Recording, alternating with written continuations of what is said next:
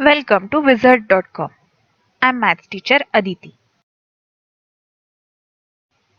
We have this question here. Which of the following can take the place of the blank in the series below? Now C is paired with Y, E is paired with W. If we observe, we know A, B, C, D, E, and there we have W, X, Y, Z. So C is paired with Y, one letter left, and E is paired with W. And next must be E, F, G paired with U, V. So U.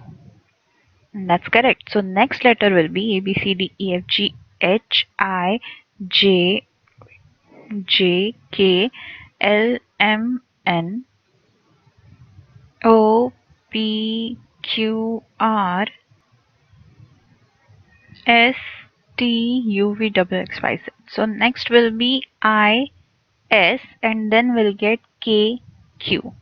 All the other pairs match up, so the required pair has to be I and S.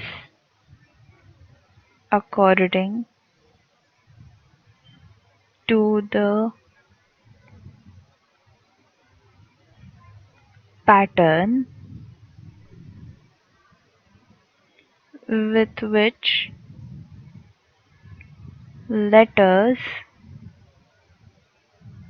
are paired,